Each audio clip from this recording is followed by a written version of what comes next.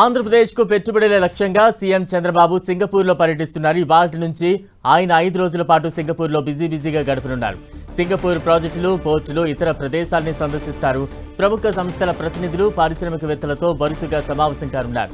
ఇవాళ సింగపూర్ కు చేరుకున్న సీఎం చంద్రబాబు టీంకు అక్కడి తెలుగు కుటుంబాలు, పారిశ్రామికవేత్తలు గ్రాండ్ గా వెల్కమ్ చెప్పాయి. కూచిపూడి నాట్యంతో చిన్నారులు చంద్రబాబుకు స్వాగతం పలికారు. 5 రోజుల్లో 29 సమావేశాల్లో పాల్గొనున్నారు.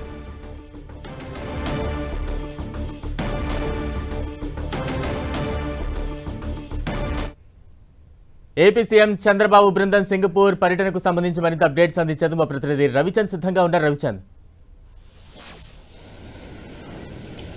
బలరాం, ముఖ్యమంత్రి చంద్రబాబు ప్రతినిధి బృందం ఈ ఉదయం 6 గంటలకే సింగపూర్ చేరుకుంది.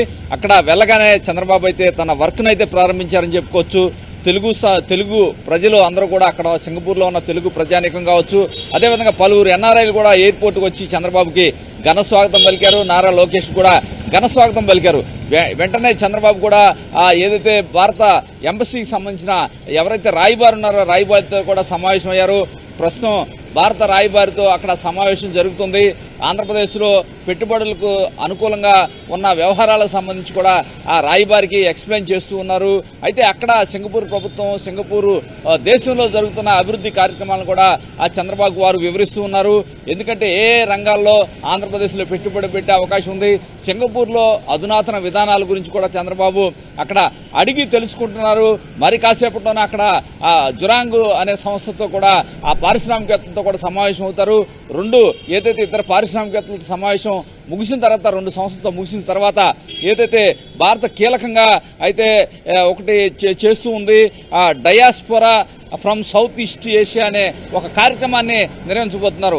ఎందుకంటే తెలుగు సంబంధించిన పారిశ్రామికవేత్తలు, అదే కదా ఇండియాకి సంబంధించిన కొంతమంది పారిశ్రామికవేత్తలంతా కూడా ఈ కార్యక్రమాన్ని నిర్వహిస్తున్నారు.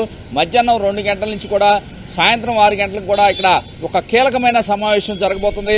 దాంట్లో పారిశ్రామికవేత్తలు ఏదైతే ఆంధ్రప్రదేశ్లో పెట్టుబడులు పెట్టడానికి గల అవకాశాలన్నీ కూడా చంద్రబాబు వివరించబోతున్నారు. వారు కూడా అక్కడ ఉన్న పారిశ్రామికవేత్తలు కూడా తమ సంసిద్ధతను తెలియజేయడానికి రెడీగా ఉన్నట్టు తెలుస్తూ ఉంది. అదేవిధంగా P4 కు సంబంధించి కూడా చంద్రబాబు వారికి ఎక్స్ప్లెయిన్ చేయబోతున్నారు. ఆంధ్రప్రదేశ్ లో P4 అనేది చాలా ప్రతిష్టాత్మకంగా ఉంది. పారిశ్రామికవేత్తలంతా కూడా పేదలను ఆదుకునేందుకు ముందుకు వస్తున్నారు. ఈ కార్యక్రమాన్ని గురించి కూడా అక్కడ వివరించబోతున్నారు. అయితే ఈ రాత్రికి చంద్రబాబు గౌరవార్థం అక్కడ భారత రాయబారి కూడా విందు ఏర్పాటు చేస్తున్నారు. ఆ విందుతో ఈ కార్యక్రమాలన్నీ కూడా మొదటి రోజు కార్యక్రమాలు అయితే ముగుస్తాయి.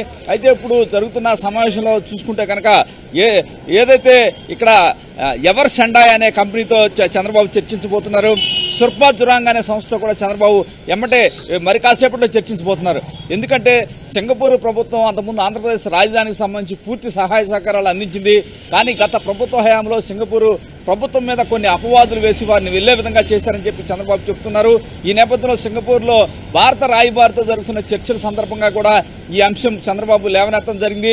ఎట్టి పరిస్థితుల్లో కూడా గతంలో జరిగిన తప్పులని సరిచేస్తానని చెప్పి కూడా చంద్రబాబు చెప్పడం జరిగింది.